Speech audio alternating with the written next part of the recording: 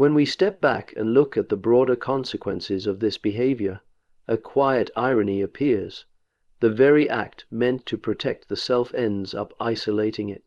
Put-downs corrode trust, weaken intimacy, and create environments where people become guarded rather than open. Over time, the individual who relies on belittlement may find themselves surrounded, yet fundamentally alone.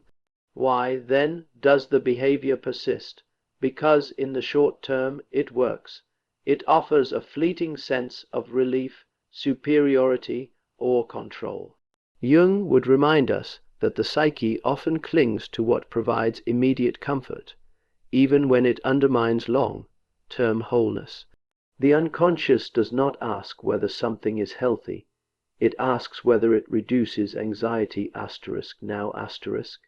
And so the cycle repeats, reinforced by momentary psychological reward. But awareness changes the equation.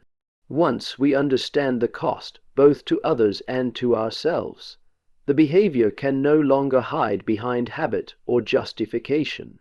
We begin to see that every put-down quietly reshapes the kind of person we are becoming.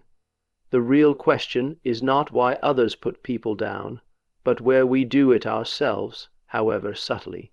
And the moment we choose understanding over contempt, we reclaim something far more valuable than dominance, our capacity for depth, connection, and inner authority.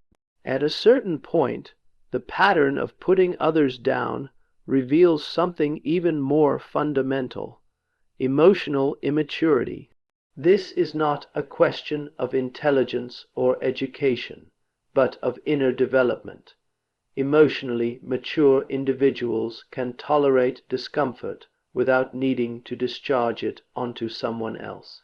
Those who cannot often rely on ridicule, dismissal, or cruelty as a way to regulate feelings they don't yet understand. Jung viewed psychological growth as a process of differentiation, learning to observe one's emotions rather than be possessed by them. When this development is stalled, empathy remains underdeveloped. The person struggles to imagine the inner life of others because they have not yet made sense of their own. As a result, their words lack restraint and their interactions lack depth. This is why put-downs frequently emerge during moments of stress, disagreement, or vulnerability. Instead of pausing, reflecting, or listening, the person reacts. The remark becomes a reflex, not a considered choice. And while it may momentarily relieve inner tension, it quietly erodes connection. Emotional maturity begins the moment we choose responsibility over impulse. When we learn to sit with our discomfort rather than weaponize it, we not only stop harming others, we begin the work of becoming whole. Not all put-downs originate in conscious malice or personal pathology. Often, they are inherited. Human beings learn how to relate long before they learn how to reflect, and many grow up in environments where criticism is confused with guidance, sarcasm with affection, and humiliation with strength. In such settings, putting others down is not experienced as cruelty, but as normal communication. Jung spoke of the psyche as deeply shaped by the collective, by family systems, cultural norms, and unexamined traditions.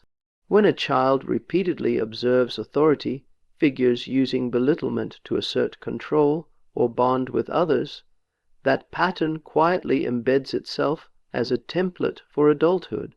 The individual may genuinely believe they are being honest, humorous, or even helpful, unaware that they are repeating an old script. This explains why some people are surprised when their words cause harm. They are not acting from intent, but from conditioning. Yet psychological maturity demands more than innocence. It demands responsibility. To say, "This is how I was raised," explains behavior, but it does not excuse it. The moment awareness enters, repetition becomes a choice. We either continue to transmit what wounded us, or we interrupt the pattern. And that interruption, however uncomfortable, is where genuine psychological freedom begins. There is a subtler mechanism at play beneath insecurity and the pursuit of power, and Jung gave it a precise name: projection.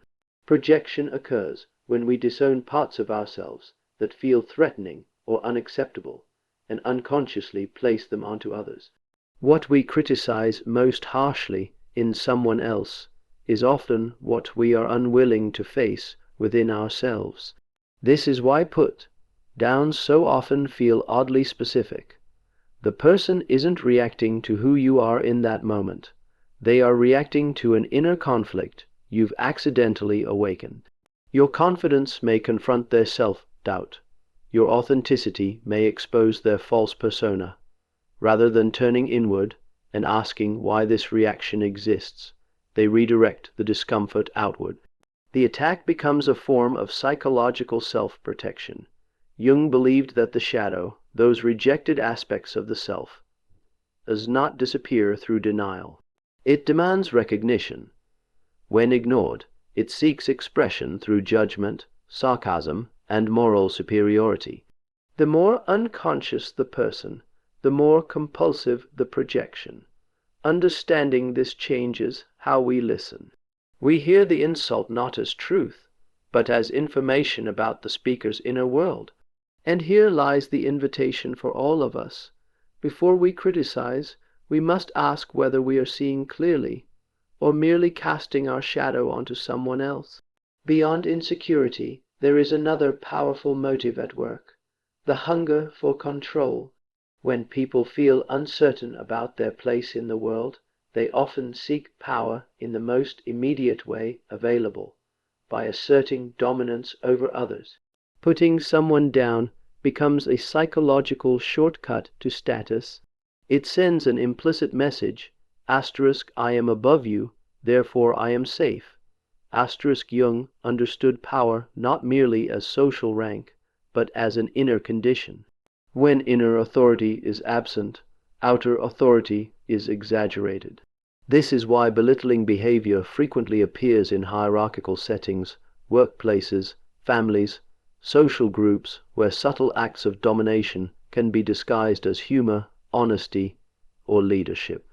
The put-down becomes a tool for maintaining control without appearing overtly aggressive. What's striking is that this need for dominance rarely satisfies the person wielding it.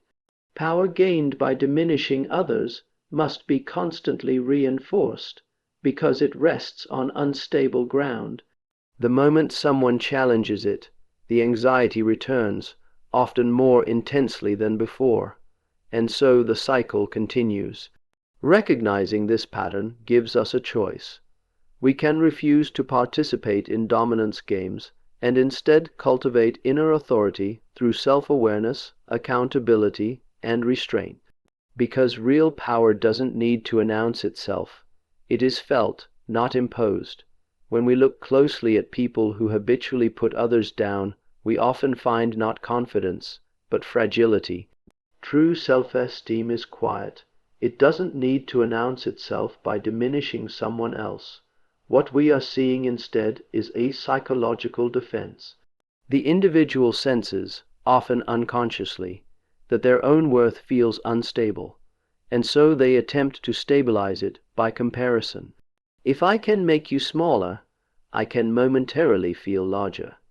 Carl Jung observed that what we refuse to confront within ourselves does not disappear. It returns through our behavior. In this case, insecurity becomes criticism, and self-doubt transforms into judgment.